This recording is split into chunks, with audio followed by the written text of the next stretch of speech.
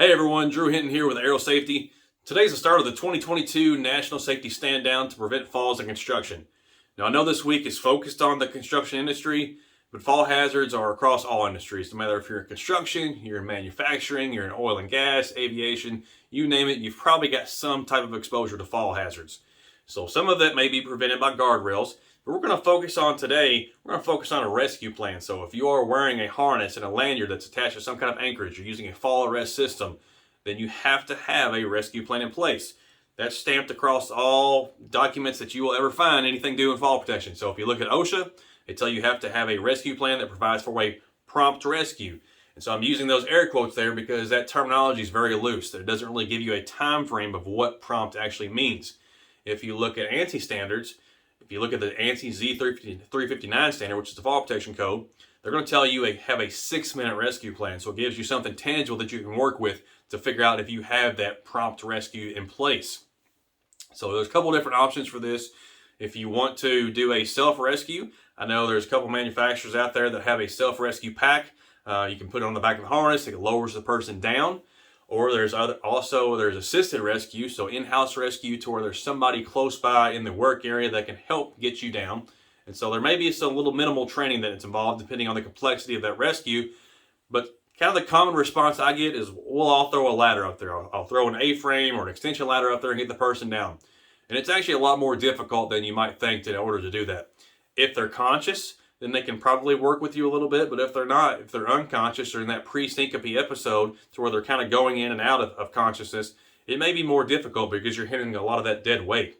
But that 6-minute rescue timeline is sometimes very strict. Again, if you think about the time that they actually fell and they are starting that clock starts right then and there, 6 minutes from the time that fall occurred until that rescue agency, whether it's third party, it's fire department, EMS, if it's in-house rescue team, makes contact with that person that has fallen. And so what we're trying to do is we're trying to prevent that suspension trauma syndrome from occurring. And so that suspension trauma syndrome is lots of different similar terms for that, but it's the pulling up of that blood in your lower extremities and your legs as you're hanging there because your leg straps are cutting off circulation, you're hanging motionless. Now, if you have suspension trauma straps, those are great. They can help delay the onset of suspension trauma, but it will not prevent it 100% of the time. It's just buying you some time so that the rescue agency can get there and get you down. So it's just delaying that onset of that rescue trauma syndrome or suspension trauma syndrome. And so if you have a nearby structure that you can kind of kick off of, the main thing you're wanting to do is to keep that blood circulating in your lower extremities. So one way or another, if you can pump your legs, either using the suspension trauma straps or you're bouncing off of a nearby structure. If there's a beam close by that you can kind of bounce yourself off. You know, if I can use that rescue ladder and pull myself up, great. Sometimes it's a little bit difficult to maneuver, and plus you have to have access to above where that person has fallen, so you have to have somewhere to attach that to. But they're very difficult. Now you may be fortunate enough to have a worker close by that can swing over to you with an aerial lift or a scissor lift and essentially raise up underneath that person that's fallen and just drop them into the basket. Once they've touched the basket, once they have made firm contact and you've stabilized them, then you can unattach that person, from their lanyard and their lifeline.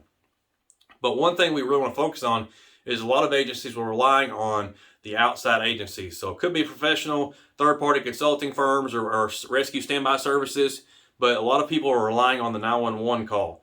And so we're waiting on those fire departments to show up, those rescue agencies. But if you look at the U.S. Fire Administration, they put out a lot of good statistics every year, and you can even break that down by state. Only about 36% of the fire departments across the United States have technical rescue capabilities. And so that means there's not a good proportionate amount of departments that can make what they call that high-angle rescue, or some people call it rescue from heights. And so just make sure that we're vetting that department out before we rely on them in order to make that rescue.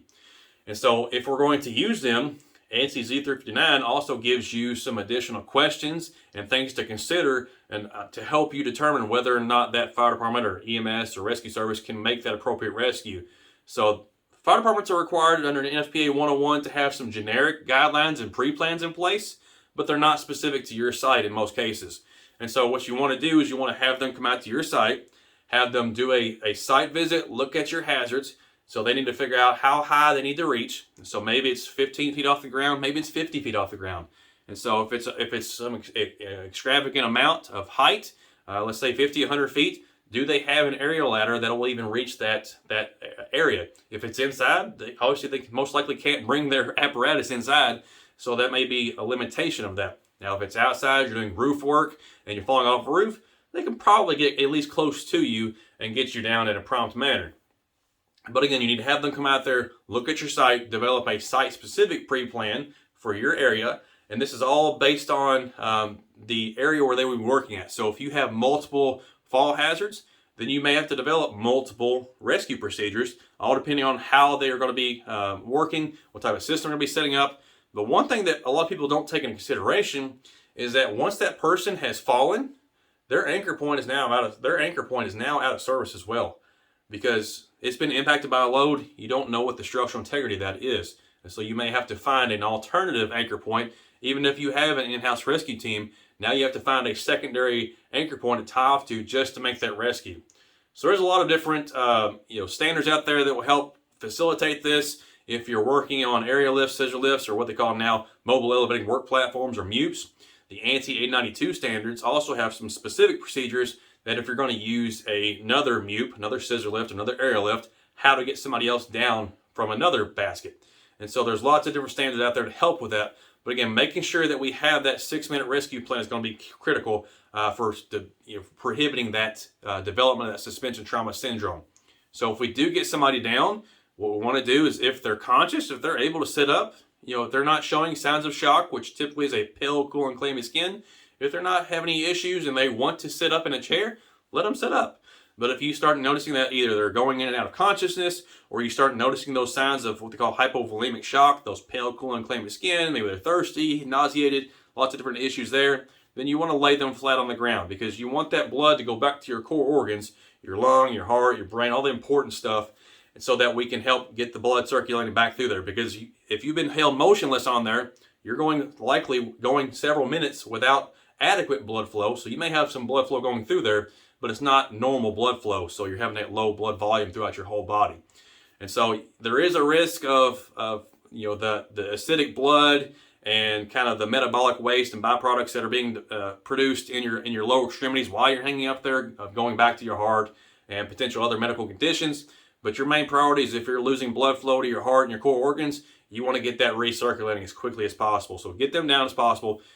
Anytime you are hanging by a harness, even if you get them down in-house, it is always recommended to go ahead and call 911, get fire and EMS there to evaluate them, get the medical professionals, EMTs, paramedics, to evaluate them and see if they should recommend going to the hospital to get evaluated. Maybe they'll hook on some IVs to help neutralize some of that acidosis and the metabolic waste. But you at least want to call 911 and let fire and EMS or whatever medical professional show up. Let them evaluate that rescue subject that has been hanging in the air. And sometimes symptoms may not show up until a day later, so it may have that delayed onset. So just keep an eye on your workers. But again, as we go out throughout the week, we're going to have multiple topics we'll talk about here. So again, kind of the moral of the story today is making sure that you have that 6-minute rescue plan. If you've got any questions, concerns, again, ANSI Z359 is a great standard. But if you want to, feel free to contact us through LinkedIn, Instagram, Facebook, whatever it may be, email. We'd be glad to help point you in the right direction, kind of help you out as much as possible. So we appreciate your all's time. Have a great week and stay safe.